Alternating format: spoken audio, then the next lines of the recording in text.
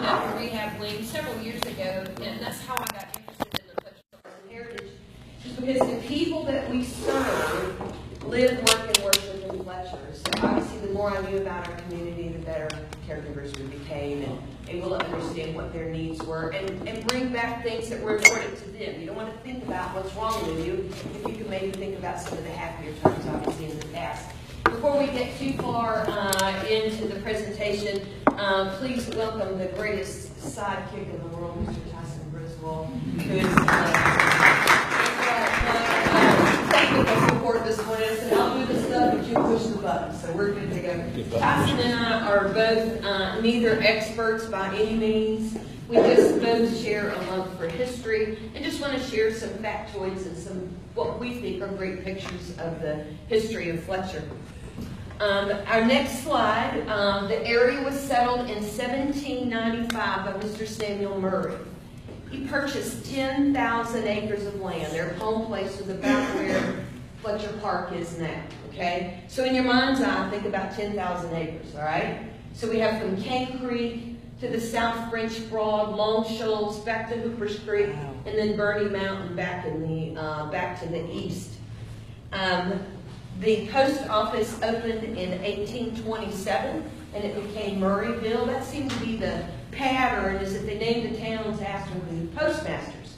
So by 1837, it became Schufertsville, again after the new postmaster. And then finally, Dr. Fletcher is where the Fletcher name came from in 1886. And then we became, as you can see, part of Henderson County back in the early 1800s, 1838. Does anyone know when the town was incorporated? David? 1989. 1989. That's a long time, isn't it, from 1795. Okay, we have our next slide. I just want to tell you we have two historical buildings in Fletcher, the Meadows, and then Rugby Grange. I'll talk a little bit more about Rugby Grange. It is at the end of St. John Road. If you go, you see there's a sign that says Carriage Drive if you go down the end of that road. I don't think it's open to the public, but they do host weddings and things of that nature. But it's a very beautiful home. Got a little bit more about the Westbelt family. Another historical, well, that was the Rugby Grange. We just talked about that one. And that's a very old photograph of this home early, as you can see, back in the 1850s. It's been restored, and I have some really nice pictures of the new, how it looks today. All right, the next slide is just a artist rendering of the style of that home of Rugby Grange. And then Calvary Church was built in 1859. This church was built before the Biltmore House. They had a fire back in the 1920s, obviously had to rebuild. It's a beautiful church. If you've never been inside, I mean, it just reeks of history when you walk in. And then the cemetery has lots of historical folks. The Westbelt family's buried there. Bill Nye back from, not the science guy, but the comedian. Yeah, he has a marker down here at Fletcher PNC. That Bill Nye is buried in the cemetery there at Calvary. All right, the Merriman Russell House. This is one of my favorite stories. So Branch Merriman, bless you, Steve, obviously built this house in 1845. It had 16-foot ceilings. So, you know, I think about that. It kept the house cool in the summer, but my gracious, trying to heat something like that in the wintertime, I never understood that. But I guess it was hotter than it was cold. This house is located Jackson Road and Hutch Mountain Road, which, as the crow flies, is back to us on this side of the area we're at now. Augustus Merriman was Branch Merriman's son. He became a very prominent attorney in our area. He was a North Carolina lawyer, the Attorney General. He was a Supreme Court judge, Chief Justice of the Supreme Court. We have fashioned a marker that will soon to be installed at the location of this old house. It's a historical marker, and we have a series of those that we're going to be putting out throughout Fletcher. That's just a little tidbit about the Merriman side of the family. Dr. Russell bought this house back in 1892, I think. He bought 1,000 acres from the Merriman family. He paid $1,000 in gold plus 10 slaves for the property. There's a book written by Terrell Garrett called The Secretive War. And the pertinence to this particular house is his family, when they moved into this house, obviously we're talking about over here on Jackson Road, you know how beautiful that area is. And shortly after that, Lee surrendered. So the Yankees were invading our area. So Delia Russell was the daughter of the man that owned this house. Later on, you got to read the book, but just imagine this. The Yankees are in Hendersonville by the hundreds. And they are arresting and pillaging and raping anything and anybody just because they can. So here rides up this young man into the front yard of this house, screaming at the families, "The Yankees are coming, the Yankees are coming." Oh. So they all had to leave their homes and escape to a cave on Bernie Mountain. Now I'm not going to leave you, I'm going to leave you hanging there with the rest of the story. You have to read the book. It should be a movie. It's a true story. It's called The Secretive War by Terrell Garrett. It's a tragic story. But the ideas of thinking about 100 soldiers riding up Howard Gap Road from Hendersonville. They had a mole in the regiment there who had told them there was lots of rich people that lived in the Hoopers Creek, Fletcher area, so that's why they targeted this particular house. So I like that story. All right, go ahead.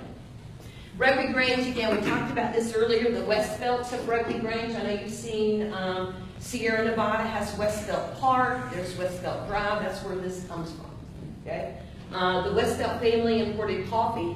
The McElhaney family, which married into this Westfelt family, are the creators of the hot sauce industry. So obviously they were very well off, owned a great deal of land from, again, Rugby Grange. Just think about the property out that way without everything that we see today. Our next slide, I just brought this up. This is the Calvary Church rectory, and the slide says it was demolished for commercial development. That commercial development was English. Isn't it sad? I think it's sad. All right, go ahead. All right, just wanted to bring up, talk again about some of the old houses in our area. Dr. Fletcher's house. There's a Rugby brick house. I think I have a picture of that on the next slide. The brickworks, you know, the brick mill or kilns down here in Fletcher, right at the railroad tracks, was very prominent. So a lot of the houses, go ahead, a lot of the houses were built from brick. And I like this house because it's the traditional L-shaped kitchen. Was very prominent back in the day. The next slide is the one of the kilns, the Beehive Kiln. And it was considered, as you can see, one of the most significant historical structures in Fletcher. I do not know if it's still standing, but obviously it was very prominent because a lot of people built their houses out of brick. All right, next slide is what we call the Fletcher Commercial District. This is the early 20th century. Represents the commercial growth that's demolished in 1925. I mean, not 1925. Demolished to widen 25. And I believe right about here, Steve, is where the credit union is today, if I'm not mistaken. This was across the street from Bagwell's Grocery. Okay? All right, next slide, please. Again, this is Fletcher Supply, what we know today as the Feed and Seed. The Bill Nye monument or marker has since been installed right here on this corner. And it's the Feed and Seed. They have church services there. They do bluegrass music. It's a big, big deal. Lots of people go to that place. If you ever want to hand out business cards, go there on Friday night. Depends on your business, I guess. Just don't do that. All right.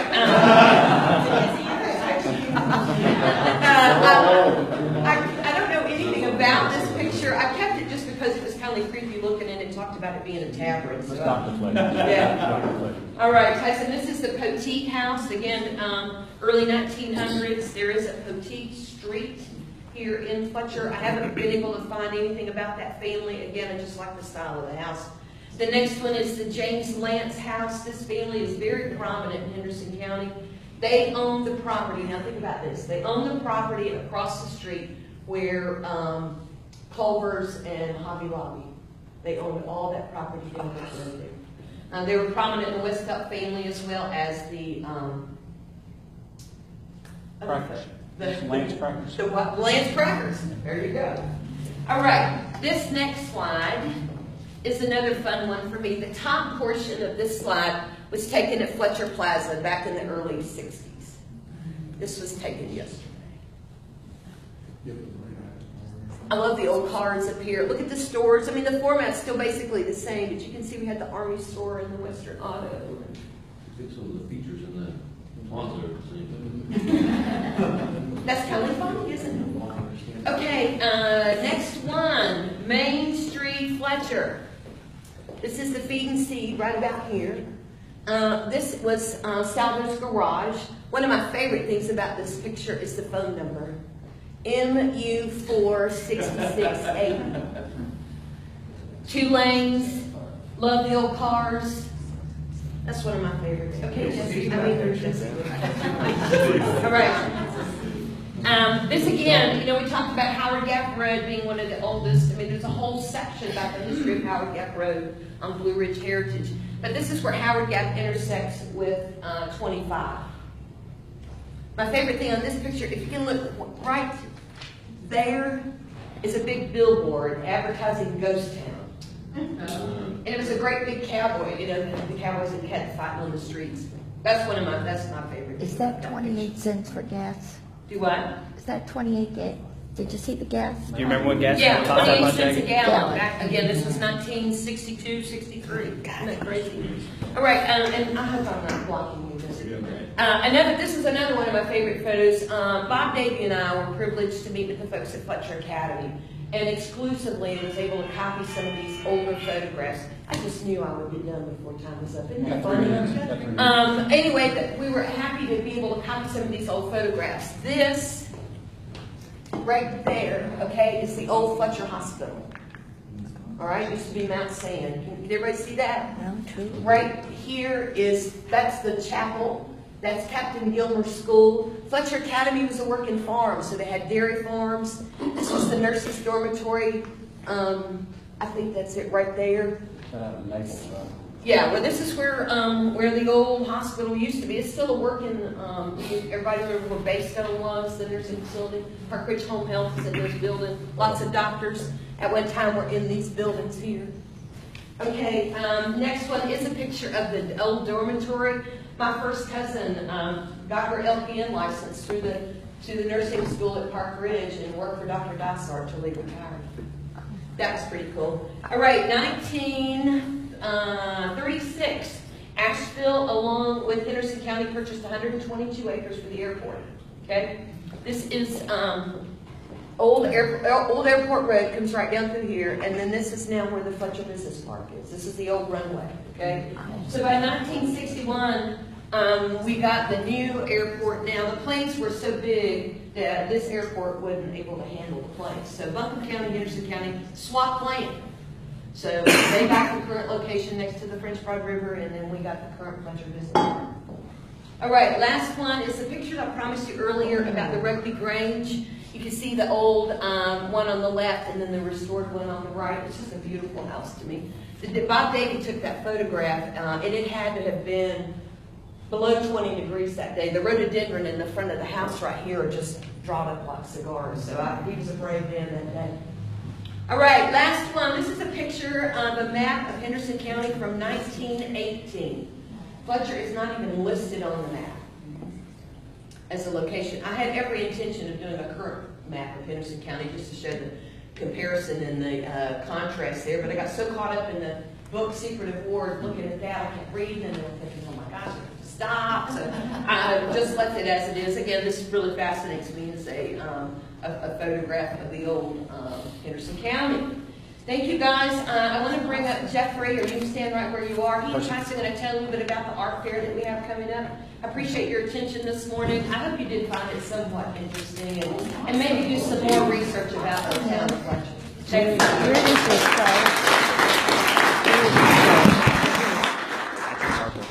Well, Lynn talked about the kilns and making all the bricks. Where there's bricks, there's clay. Where there's clay, there are artists. And so what we wanted to do is, after meeting with Tyson and talking about the arts piece of it, we decided that it's time for Fletcher to have their first annual art fair. So I'm passing around some flyers. If you don't mind, if you can post them, if you have a location where you can post it. It's April 7th, and we're very excited. Right now, we have, at this time, we still have a month to go, we have 21 registered artists. We have everything from wood to clay to acrylics to oils to jewelry and photography.